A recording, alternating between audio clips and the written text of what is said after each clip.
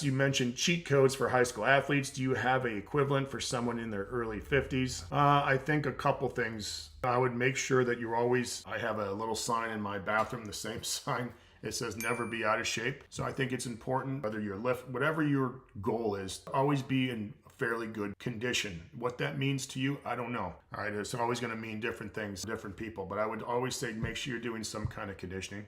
Make sure you're doing some kind of mobility stuff, whatever that means for you, and make sure you're doing some kind of resistance. Okay, so that's super easy. I've talked about that before. The other thing, this goes regardless what age you are, I think it's important that you wake up a little earlier. I mean, you have to be up at 4:30, but wake up early. Make sure you're dressed like whatever you need to get done that day, at least write it out. Have some quiet time to yourself. Number three thing is make sure you're actively engaging your mind outside of the computer and your phone. If that means drawing, if that means reading, if that means writing, I know you're writing on your computer, but you understand that. And the other thing is I think you need to have some kind of service to others. What that means, I don't know. I understand not everyone has the time. I totally get that. And I think as a young man, you have to be selfish in how you spend your time. Doesn't mean you have to be a dick, but if your goal is to get a business going, you're going to have to sacrifice a lot of things to get there. The older you get a little more settled in your career, so to speak, in your family. I think it's important to give back, to give those younger people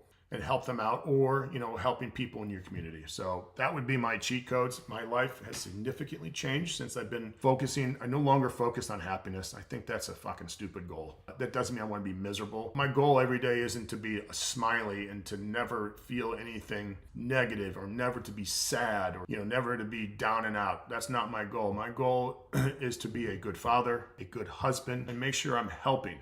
And not just taking. Too many people just take. Do something in service of others, and I think you get everything tenfold back. The relationships that I've built with some of the kids, I get relationships with the coaches, the families that I've got to know. Now, I don't hang out with anyone like that, but I have a sincere to have a lot of these families trust their kids with me, and I know a lot of them don't have a choice, but I take that seriously. I think it's super awesome, man. And listen, I'm not curing cancer. I'm not doing anything. And I'm not think I do, but man, this is what I can do. So I'm going to fucking do it. I'm going to do it to the best of my ability.